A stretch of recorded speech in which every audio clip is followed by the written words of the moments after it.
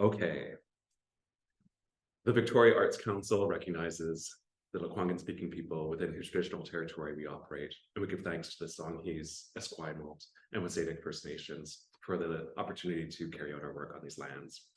And so I did want to reflect on the idea of endurance, in particular as part of this land acknowledgement, and thinking about the land stewards, as well as settler colonialism, or in the face of settler colonialism, when we also think about advanced capitalism and resource extraction and the role that endurance has had to have played for thousands of years. And so with that, I'll say that my name is Kagan McFadden, and I'm the Executive Director of the Victoria Arts Council. And it's my pleasure to welcome you today to Creative Mornings with Cornelia van Voorst. But before we get to Cornelia, my colleague Kosar will say a few words. Yeah, so welcome to Creative Mornings. October's theme is endurance. Creative Mornings is a global organization. So the chapter of Timisoara, which is in Romania, has chosen this month's theme. And the illustrations that were created for it were by Anna Kahn. Endurance is the unwavering flame that burns within us, illuminating a path through darkness and uncertainty. It is the quiet strength that emerges when challenges test our limits, urging us to push beyond what we thought possible. Endurance is not a mere moment, but a relentless spirit that whispers, keep going, when the world feels heavy. In a world that values instant gratification, endurance is a reminder that the most rewarding victories are born from patience and perseverance. It is the ability to rise even when we fall, and to embrace the transformative power of persistence. So, let us celebrate the tenacity that resides within us. For in the face of adversity, it is endurance that leads us towards the summit of our potential. I'd like to say thank you to our sponsors, which is the City of Victoria, CRD, as well as ACMA, the architecture firm. And as you know, we are the Victoria Arts Council. So we have an exhibition that you see around you today. It's called Don't Look Now. Tomorrow at 3 p.m., we have an artist in conversation panel that you can join us with Todd Lambeth, Wendy Welsh, and Monster Boy to discuss the work that we have in the room. And finally, about our gallery, I'd like to tell you that we have an exhibition opening in November 5th to 26th. It's the PIDC project, Dissemination 3, that we're doing in collaboration with Exchanges. There's going to be 12 artists, and there's a variety of media works that are going to be in our gallery. And also, we have a bunch of satellite showcases around town, including the International Airport or Greater Victoria libraries, where we show our members' works. You can see more of it on our website and social media, but also you can become a member with us and show in those spaces. Without further ado, I'd like to welcome our speaker today. Cornelia van Voorst is a contemporary visual artist and theopoetic practitioner with a studio practice in Victoria, BC, Canada. Cornelia is involved with visual arts, curating, writing, and speaking. Living with a complex form of PTSD influences her art, which honors the presence of love in the midst of suffering, trauma, and grief. Cornelia's hope is that by applying artistic principles through theopoetics, and including voices that have been historically marginalized, we might look beyond the surface of religious cultural constructs and learn to recognize the presence of love and life that manifests in the world all around us, independent of religious affiliation. Here's some reflections Cornelia had on our theme. The rose is often used to represent love in exclusive romantic perfection. I choose a broken, disintegrating rose to speak for a universal, compassionate approach to the experience of loss and trauma. I present portraits of roses from my neighborhood made with resist materials such as eraser, wax, and China pencil, which preserve despite many dense layers of ink. These roses stand in as portraits for the many people known and unknown who live with courage through compassion. The emergence of marginalized voices from history and our own time allows us to access stories of resilience and resistance. My work is an act of remembrance for those who have suffered violence, illness, prejudice, oppression, and poverty. yet have stories of hope and endurance to tell. So please put your hands together for Cornelia.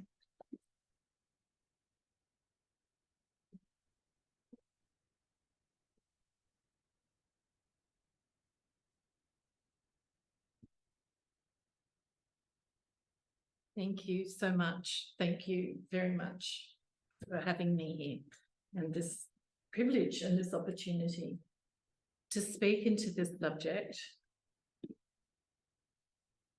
I feel I need to give a little bit of background on the authority I have to speak into trauma and endurance, and it doesn't come from academic credentials, it comes from experiential credential. I grew up in a family, I'd call it a mixed marriage, where my mother survived occupied Holland and my dad actually fought for Germany.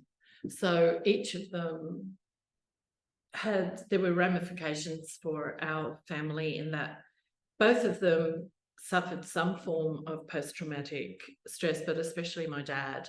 And he would have terrible flashbacks, which involved violence toward his family and a lot of fearfulness. But as children, we saw through that. We saw his grief, we saw his sadness, we saw his guilt. And it left me with this deep, visceral knowledge. Would it be knowledge?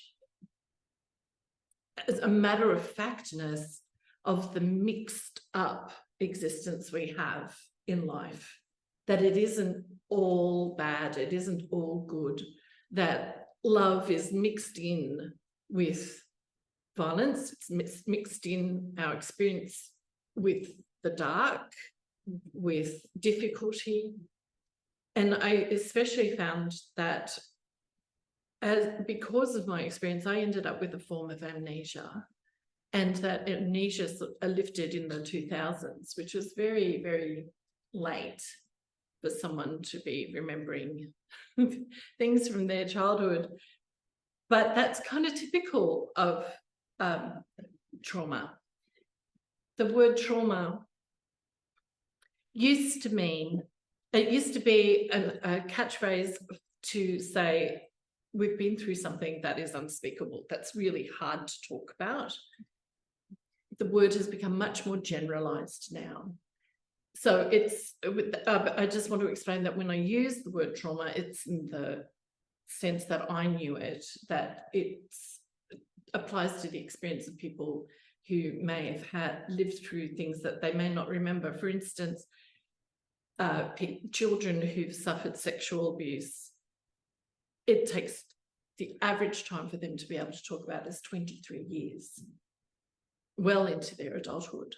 So that's the sort of thing when I'm talking about trauma. Thankfully, that sort of trauma was not a key feature of my life. It was more about violence and grief and a traumatized, ripped apart family. For those of you who know about adverse childhood experiences, my out of 10 is 8 or 9. And you know, when you say, oh, 8, you just multiply those about the amount of time they had. But when I finally received a diagnosis back in 2018 for complex post-traumatic stress, it was really interesting because the doctors actually said, we see a lot of resilience in you. And I was like, really? As I was feeling like I was falling apart yet again, you know. But I don't know, that was kind of one of my best days. Like, and he said, we want to tell you that you have not been making this up. And part of the reason they needed to say that is because in my life as a gifted, intelligent person, there were inner roadblocks for me to be able to reach my potential. And during the period that I grew up and was a young adult and stuff, we didn't have much sense about PTSD or complex PTSD. So I would always be like, why can't you go to university? Why are you dropping out? You're so talented as an artist. Why can't you do this? And it was only in 2017 that I had my first exhibition. I was 57 years old. And I want to talk about the endurance of that artistic impulse in me, because I feel like that's the essence of me. And I'd wondered, what are some of the things that allowed me to endure? And I want to talk about the things around me that allowed me to endure, that helped me trust, joy, hope, and love. I was surprised when I said that I've learned to trust, joy, hope, and love, because it just seems not so long ago that I couldn't. But I do now. But I located joy was the result of my vision of beauty ever since I was little, and growing up in the countryside, the Australian countryside. And mind you, that's a countryside that's full of snakes and spiders and magpies and rough children, you know, and bendies. You run barefoot in the night and it's bendy eyes that lodge in your foot. Yeah, it was kind of rough. And again, I feel like that gave me a visceral, resonant understanding that beauty and difficulty are mixed in together in life. I didn't get the lovely green lawns that we have here. I thought, what do you mean people don't run around barefoot? And look, nothing will bite you. Yeah, so there's that. And my mum and my dad too. My dad was an ornamental wrought ironsmith, and this is his work here. I'll just hold it up. This is work here. And so I knew that you could pass this around if you like. I knew that beauty came from working with hammers and fire and violent movements of on anvils and melting iron, so it's red and it's mobile and just bends. And my mum was an opera singer, so I heard her pain and her desire for something beyond her through this beautiful music. So I think it must have just been so integrated in my being. And when I started to produce art, I'll go back to 2007 when my amnesia broke, and I understood more about my dad's history, because my family would be like, why are you thinking about the past? It's gone. But they remembered everything. I didn't. So I had this window of opportunity of talking to my mum and my sisters, and they filled me in on Dad's history. And then I wanted to research his history, but it was like a gate opening. Prior to that, whenever I tried to make art, it was far too painful. And then when I realized that the art was trying to speak to me of the grief of war, I was like, oh, that's what this is about. And this was my first piece of artwork with that understanding. And I feel like there's clumsiness in it, but I can see the beginnings of the work that I began, that I did more. The other thing, though, it was still too painful for me to get traction on it and develop an art practice. And that didn't begin until I went to consulted with Wendy Welch and said, I've been struggling to be an artist all my life, and I feel like I've got to give it up now or find a way to pursue it. And I told her my story, and she said, I'm not a psychologist, but I can teach you how to make art despite the pain. And she did. So I was able to have my first exhibition in 2017 called The Other Side of War, which was looking at the civilian bombings of World War II. And as I looked at it, as I started talking about this work, I realized that I had gone into the history of World War II, found these children and brought them out into this exhibition. I thought, oh, that's what I've done with myself. That's what I did with myself. And I realized how autobiographical my work actually is, even while it's talking about universal and humanitarian subjects. And this work in front of us, that's my dad on the slide. On this, unfortunately, people here can't see it.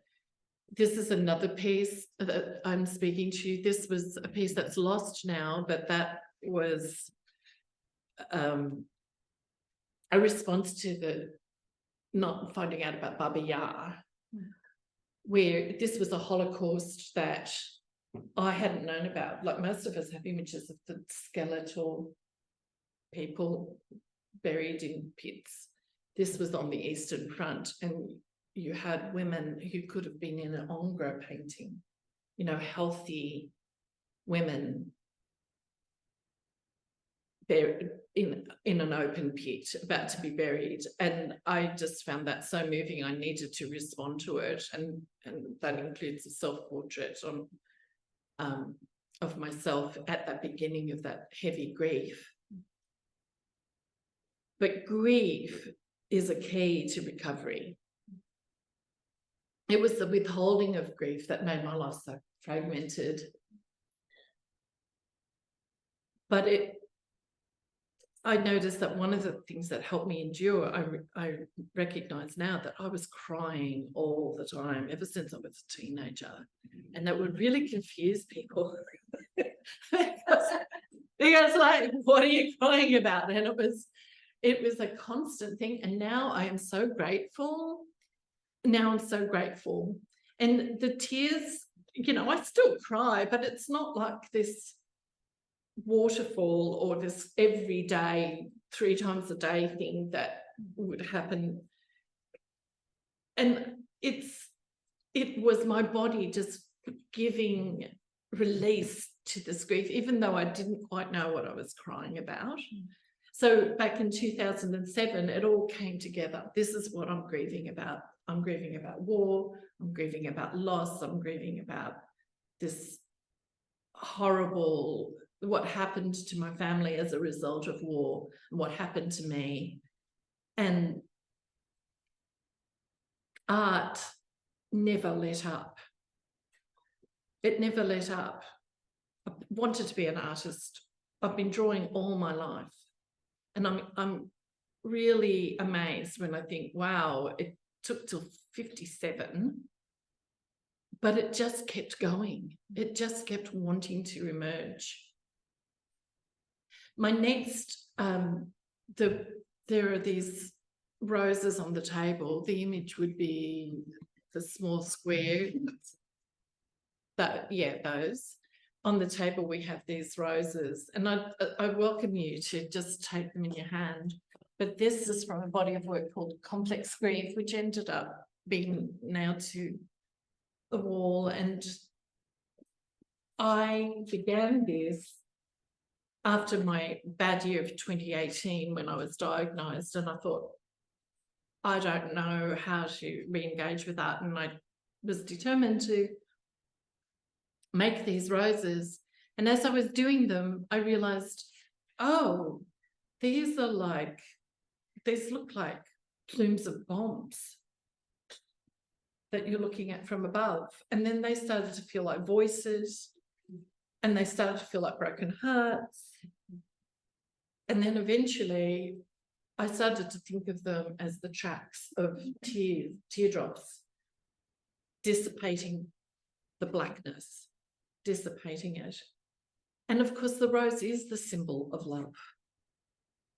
And I engaged with the rose because after my show, The Other Side of War, all I wanted to do was flowers. And I thought, well, I can't follow The Other Side of War with pretty pictures. How And how can I engage with roses? And I remembered that in my research of modern German history, there were these stories of resistance within Germany toward the regime that we never hear about. And it was odd that there were images of roses that always came along with that. There was a protest called the Rosenstrasse protest. There was the White Rose resistance. And there were a few other references that I can't quite remember now. But there was one particular resistance circle that I was taken with, and it was called the Red Orchestra. And it was made up of creatives, whether in the movie industry, in theatre, music. They were not all spiritual people. They were, well, they all had some sort of spirituality, but there were social democrats, communists, and Jews, and disparate people. What they all had in common was the art. So I became interested in them, and there's a fantastic book about them called The Red Orchestra, and I can't remember the author right now. So one of them, Greta Kirchhoff, I wondered what was it that allowed these people to endure this oppression. They all died except for Greta. They were all executed. And they just kept going with the risk. And then Greta said she wondered why other people she knew were not able to find that place of resistance. And she said, if only they had loved life a little more. And I thought that was a startling thing to say, because a lot of people kept quiet because they wanted to preserve them. They were afraid of dying. Yet here she was, if only they'd loved life. And I thought and in other stories, I thought, oh, it's love that's motivating them. It's love for humanity. It's love for their ideals of wanting a better future. It's love. Courage is a form of love. And yeah, that was the springboard for this work. Can I just get you to go back a bit? Yeah, this work called The Persistence of Love in a Time of Disaster. And when I got to show this work was in the middle of pandemic. And we began to hear of stories of persistence of love.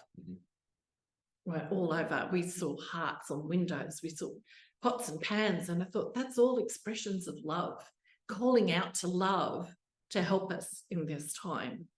And Mahatma Gandhi said love is the most powerful thing in the world, because if it wasn't, all the horrible things that would happen to us, our world would fall apart. And he said it must be. And then I started thinking of that scripture that we all like, that we all hear at weddings. It's the only one that we hear often. It's the love is patient, love is kind, love is long-suffering, love is forgiving, rejoices in all things. It rejoices in the truth. And I thought, we have a hard time recognizing love other than romantic or familial. But this set of qualities of love is really useful because it was written to a community of people that were not getting on with each other. They were like, and Jesus teaches us about love and they're not getting on with each other. And so this writer, the much maligned St. Paul, he said, well, this is what love is. And I thought, oh, that's a really useful list. And then I started to think, because by the time I'd done this work, I hadn't believed in love very much, because I thought, well, the love in my family was rubbish. It didn't protect me from trauma. All the romances I had didn't break through trauma. Friendships suffered because trauma. And I was like, well, so what? I couldn't believe in it very much. But when I broke it down to patience and joy and kindness and self-control and forgiveness, it was like suddenly love was everywhere. Love was everywhere. And even friends that I've lost, the patience that they showed me, even when they were confused by my brokenness, and the kindness they showed me still lives on me. After I went through this moment, terrible grief about my family, because I grieved, all these beautiful aspects of my life with my family emerged. And that's why I so am adamant that we can't be seeing life as a battle between good and evil. We need to see life, this is life. And the proof is in how the universe was formed. I just think it's amazing how we are so aware of the fragility of life right now through climate change. And yet James Webb is showing us the origins of the universe and the processes, and the dark is filling up with more and more light and more life. And that we do come from violent forces, and we come from exploding stars, and that makes life. And it's like, well, it's kind of the same on the surface of the planet. We've got volcanoes and storms, and it's breaking down, and then it's bringing life again. And we have those forces inside of us. The violence that we see amongst each other is this push and pull of destruction and chaos with order and creativity. And that's where I feel like the endurance of art is so important, because it's creativity that bridges that gap between destruction and life, between death and life. And our First Nations and our oppressed communities and Black women, everybody that was left out of the dominant narrative of white superiority, know this story, that we've found something that is more enduring than our suffering, that is more, that witnesses to life, even though that there's so much destruction. And that's the hope we have. That's why I believe in hope. And I feel that instead of that we can be called to courage by tethering ourselves to that deeper reality in life, that even with all the destruction, whether we see it in the universe or here, there's something that's holding it together. And I think, I believe that it's that substance is love, what we call love. And I just want to say, like a lot of you know, that I participate in the Christian tradition, which has been really hard these days. And a year ago, I wondered whether I didn't want to be a Christian anymore. And then I realized the Christians I've known have really helped me. They've helped when I was a lost kid. It was Christian families who took me in and helped me. And I was like, how do I reconcile this experience with the reality of the history and the destruction of it? And I thought, well, it's like trying to get the baby out of the bathwater, but what if the bathwater is a whole ocean of crap? What do you do now? And it's like, oh, I've got to get out of that. And then I had this sort of flash, and it was like, oh, the baby isn't in the bathwater. The baby's right here. This person who whose teachings have helped me, he's right here, out of the bathwater, and here, wherever love is.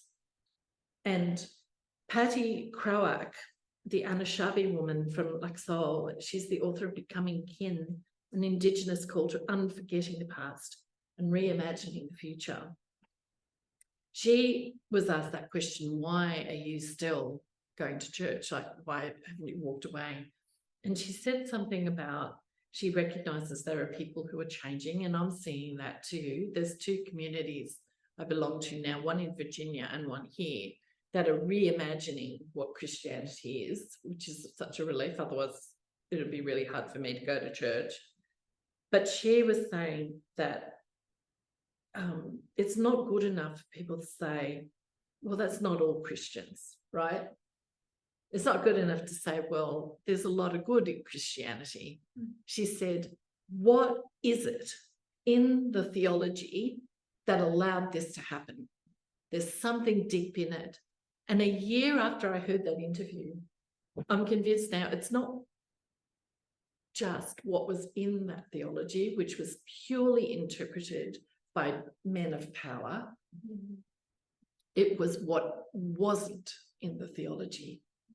And today we have queer people, we have Indigenous people, Black people, women, trans people, poets.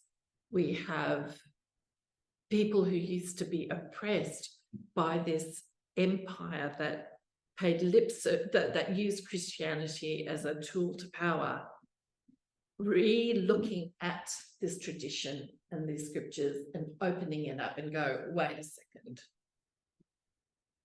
They're looking at it and seeing it through different eyes and enriching it. And I'm really grateful to them.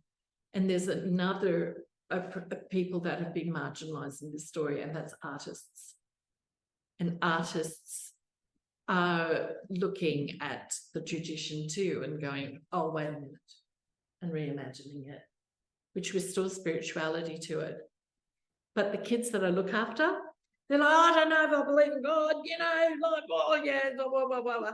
And I said, well, you know, I don't think the word or the concept of God is the point. Like, if this person that has helped me, this person, the point is love. And I thought, why don't we replace the word God? Because it doesn't help us right now. It's got too much baggage.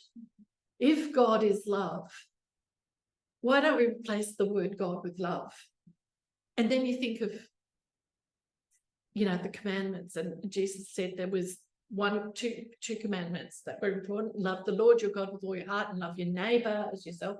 What if we replace the word God and said, love life with all your heart and all your soul, and love neighbor as yourself?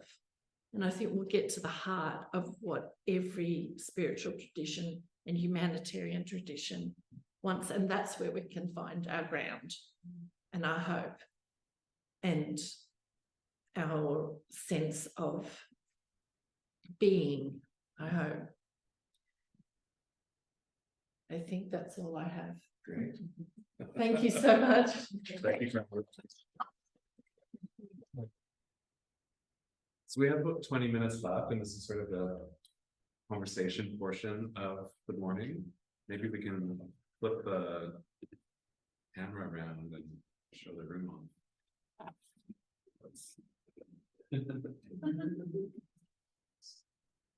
So are there any questions for Cornelia about what was discussed or about what maybe wasn't discussed? I'd also love to hear people's experiences with the concepts of love and life and how they might have dealt with grief or thought about how we negotiate a mixed-up world. You know, I'd love that as well.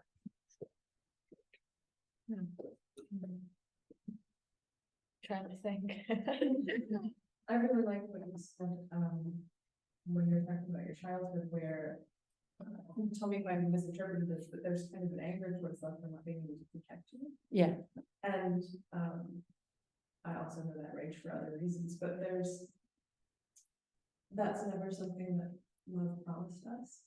And having to find that out is a grief experience all its own. As love said, I can be kind, I can be gentle, I can protect. And so kind of places where love fails. Yeah. Or can only go so far, can only reach so far, is a grief experience all its own. Wow. But then to recognize how love heals over or seals over or repairs what it was unable to protect is a really beautiful part of it too. And then I love that. Love that. So I have a hard time with love not protecting, but it's kind of like, well, how else do you explain it? No. But it does heal. Similar does. to the God thing, God can't prevent suffering, but is there amidst the suffering. or- Yes, Yeah, yes, the presence. yes. Yes, it's mixed in and it doesn't leave us to it ourselves. Exactly. Yeah, yeah. Can people hear some of the questions? Yes. Okay, great. Yeah, let me know if you're ready to talk. I'm curious about your art practice now and how with a bit of like distance or going through all the things and breaking that barrier. Now maybe in a more peaceful condition, like how is it, what is your art like, or like Still. where is that coming in, like those same Well, I've been waiting for happy pictures to emerge. Anytime now. And it doesn't, joy's there already.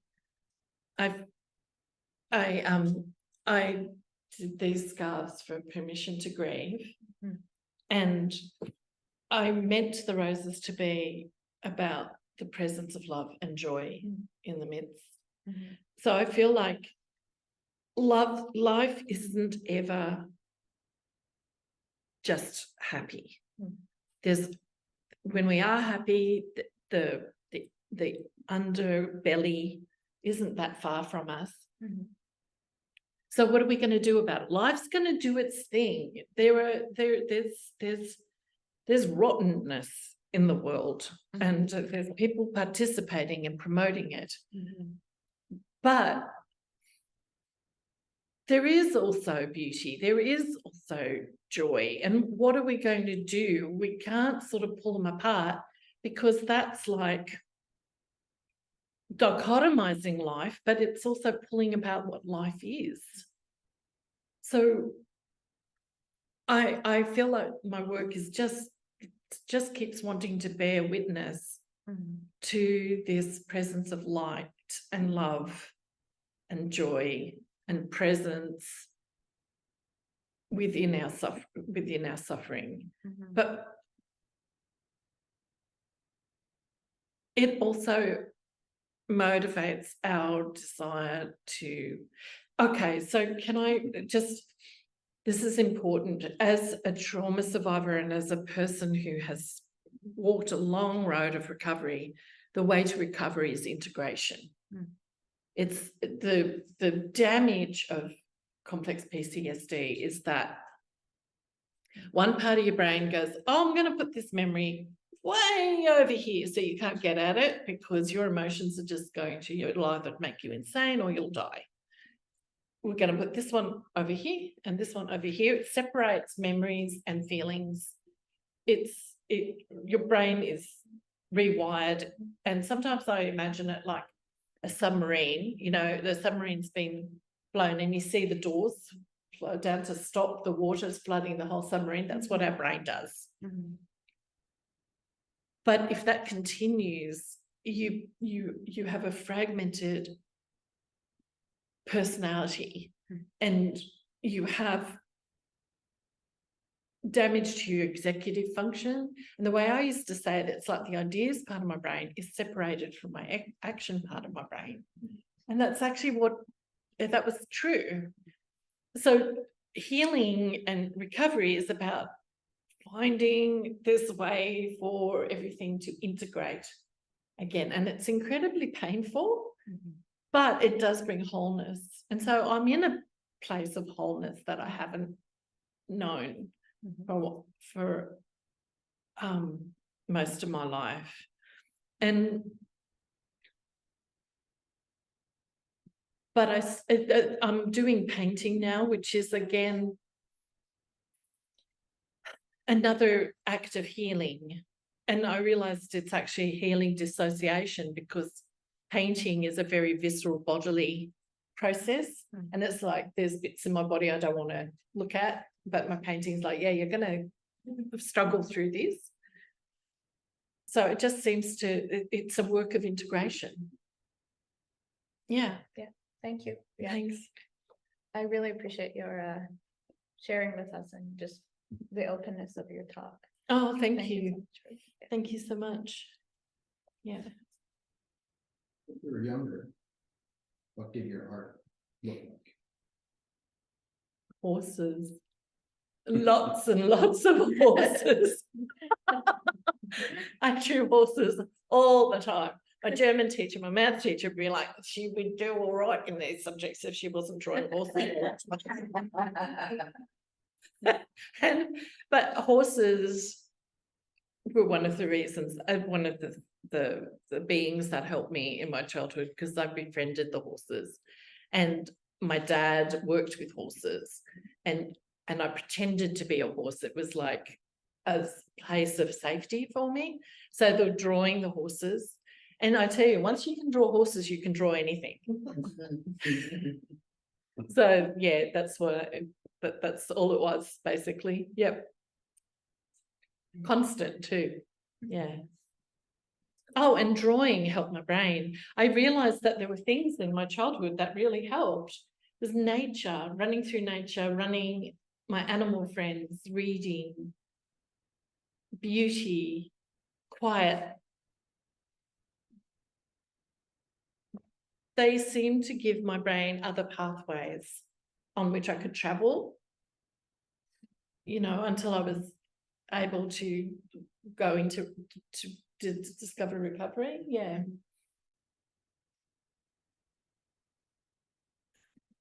Starting to think about the long tradition of performance art in opposition or in response to that specific mid-century trauma, and in particular around sort of German survivors. And I wonder if you have experienced or explored performance through your art.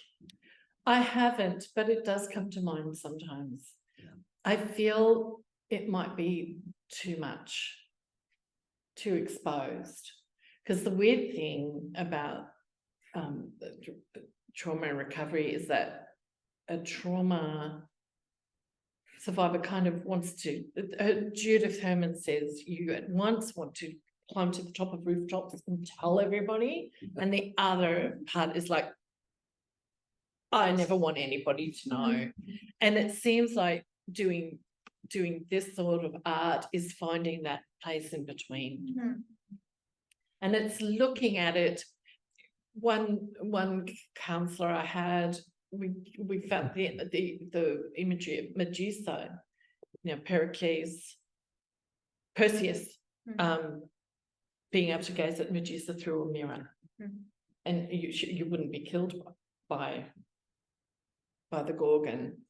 And I feel like art can be that for us as a society, is that we can integrate our societal and human trauma, but we can do that through the media area of art.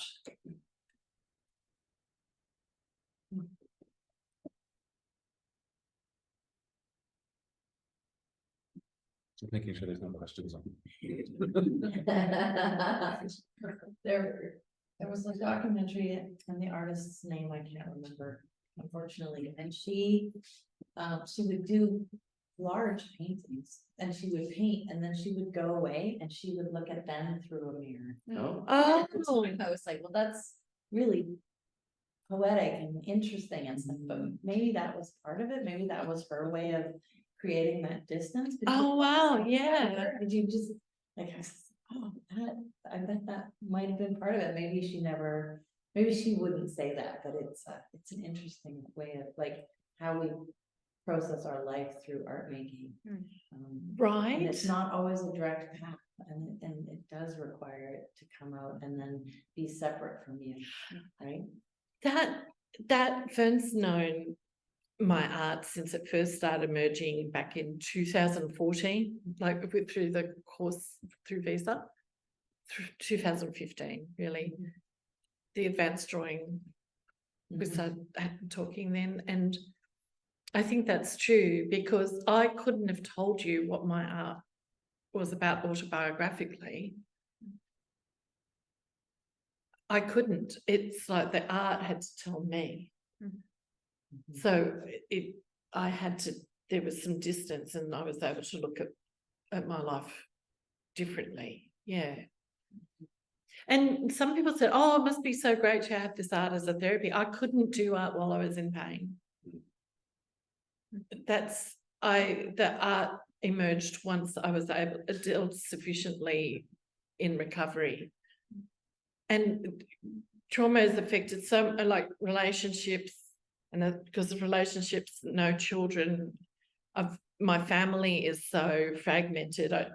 It's basically it doesn't serve as a family. It's like there's been a little bit of restoration there, so I can't say I don't have a family technically anymore, because there's been some restoration there, and which is I'm so grateful for. Education, it's affected the stress of education on top of having a really traumatized system was too much. And art, it was really hard to do art, and I sort of think, well, art is free now and I'll take it.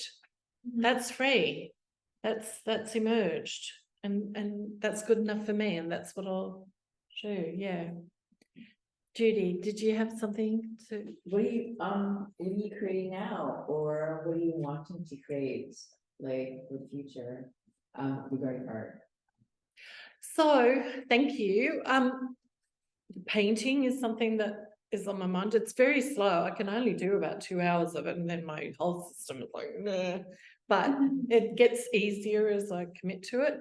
But I'm interested in working with text because, you know, our colonial,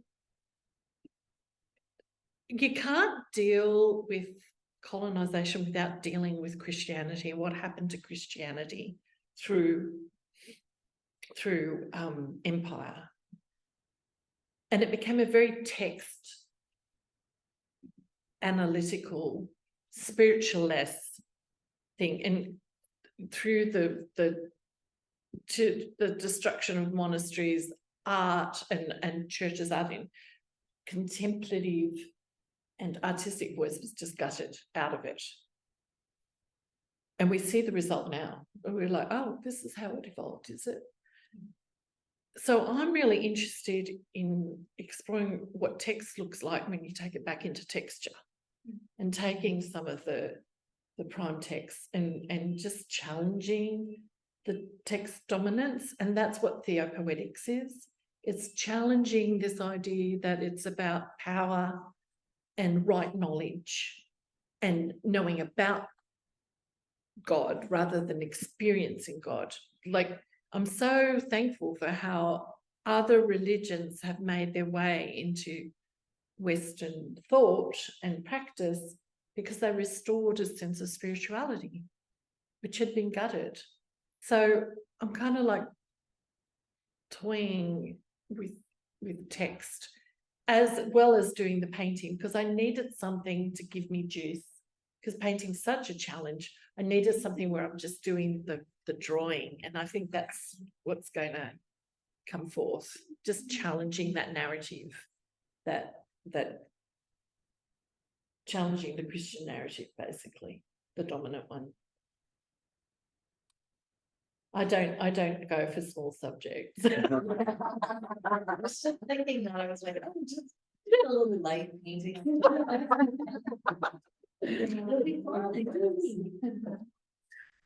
Well, I'm reminded an earlier speaker in this series, Amos Van Asen, 2 or 3 years ago now, she was speaking on her research around Buddhism in contemporary art. Oh, cool. And in particular, the 20th century influence or introduction to the West. So she's really, looking at a contemporary conversation. Yeah. And from my lay perspective of both Christianity and Buddhism, oh my God, what a topic.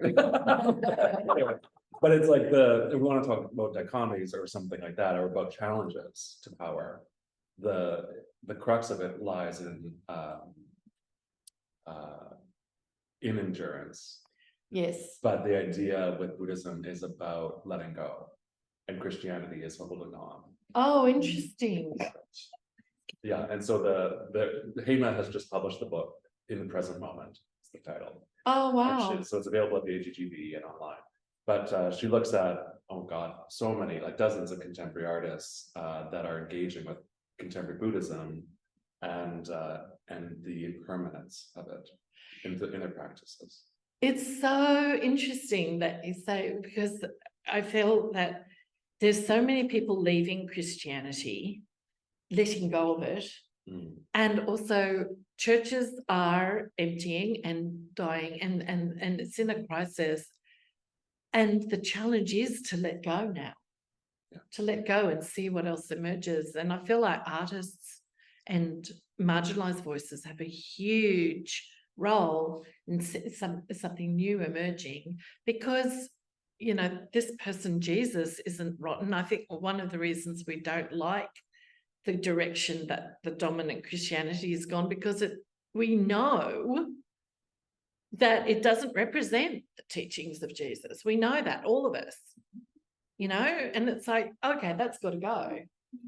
And so it's interesting that it's going through this letting go, which And, you know, these paintings of yours, you know, they have an impermanence about them. You know, it's like a erasing, and you talked about the resistance model of physically making art, you know, the reduction or resistance material. Yeah. So that's another kind of letting go.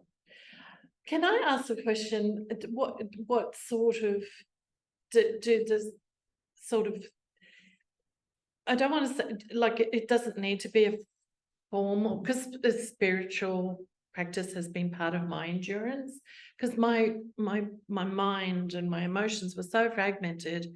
It really gave me something solid, ironically, to travel along. Would you mind if I asked if you guys have sort of a spiritual thinking or practice that you'd like to tell us about or share, like Buddhism or You look right at me, so.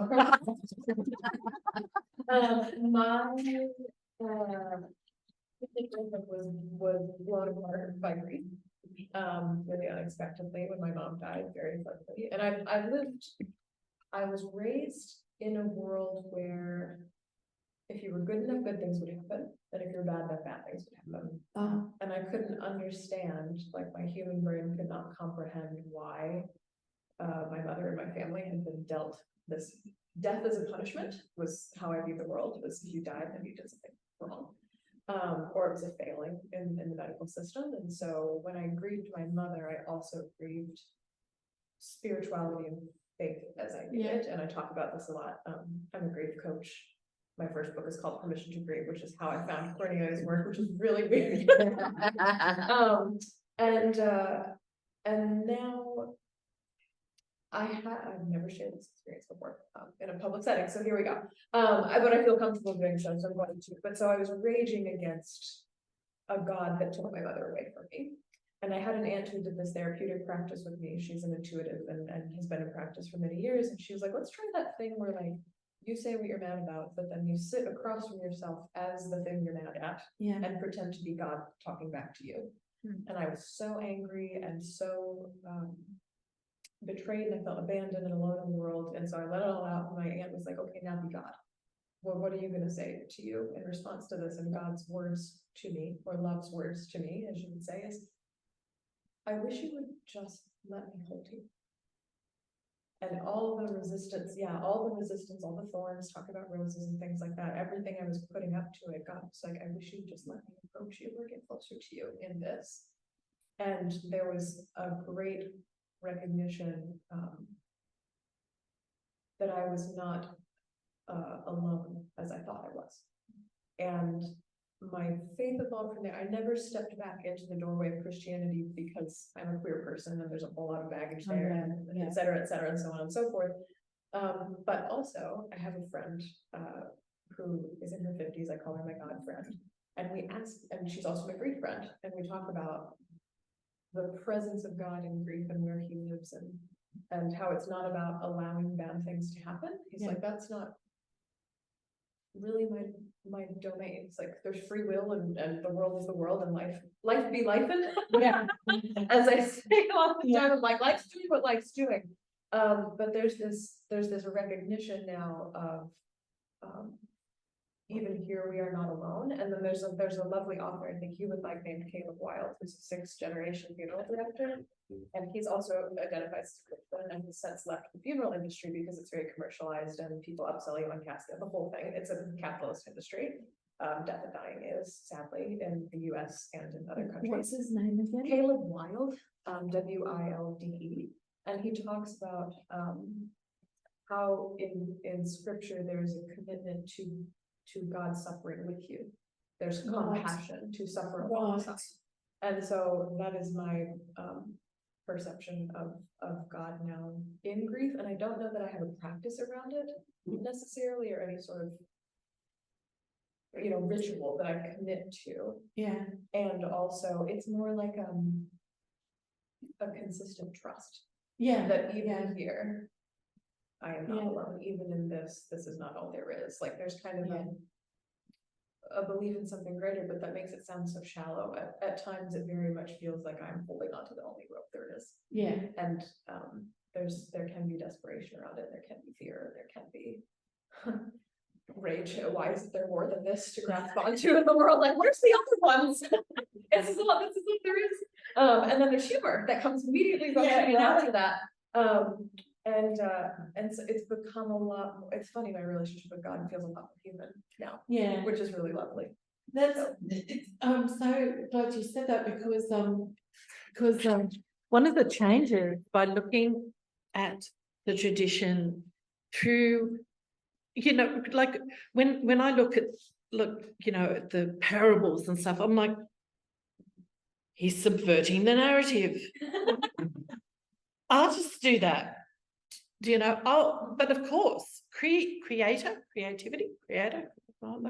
How come we haven't seen that? Because it's been interpreted by and the crucifixion has been interpreted by power as well. Like it's a wrathful God taking out the punishment that humanity deserves on their only child. I'm like, who thought this was?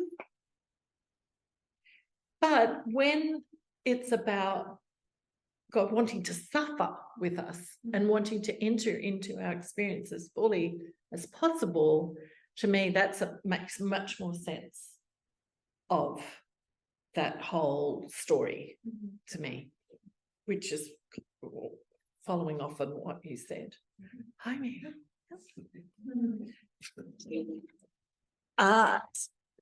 Art is kind of like real practice, isn't it? I feel like it is okay. It's a Cornelia show now. But in like your art. Oh, sorry. Did I, okay. I put you on the spot? Okay. I just feel like your art is your spiritual practice. But that's what I get. That's what I get from it. I would say that's a correct. When you spoke about not being able to process grief in the moment, it was horses until you'd gotten to the other side of your grief. I sit somewhere in the middle, and oftentimes it's what comes out of the end of the paintbrush. I don't recognize as therapy, as it were. Yeah. But afterwards you can see it. You know what I mean? Then you look back and you go, oh, that's what that was about. Yeah. So that can be part of it, is that oftentimes you don't know. Like I think horses were a beautiful way of processing what was happening for you, right? Yeah, like Even if you couldn't have said at that time, I'm drawing horses because A, B, C, and D. So I think that's part of it. Well, when I first came here, I went to a talk by George Littlechild, and he gave a lecture, and he was talking about the horses in his art, and then he said, "For my people, the horse is the spirit guide for the artist." I just lost it. I just, Judy, would you like to share something of your practice? Does it tie in with spirituality for you? Okay, so I would say a lot of it much by my cultural background, so Chinese. And I would say a lot of it is inserted to the Buddhism, some of it through my grandmother, as I was raised by my grandmother. My parents were immigrants working here in Victoria. So I come from a collectivist lens. So I guess like I practice it every day, as in supporting community, working in a collectivist lens. I may not like burn incense or offer oranges and food and dog to my ancestors, but I do think about them a lot, especially when it comes to things that I wish for, like intentions and good things, and I would always acknowledge my ancestors for all of that as well. So I would say that's definitely my practice would be Buddhism. Yeah, and I was, when you, just before you started, like community really came to mind. Very strong, that's the spiritual practice, community. Well, on that note, we're now at 12 o'clock. Okay. Time is up. Thank you so much, Cornelia. Yes, Thank my- you for telling me. Thank you.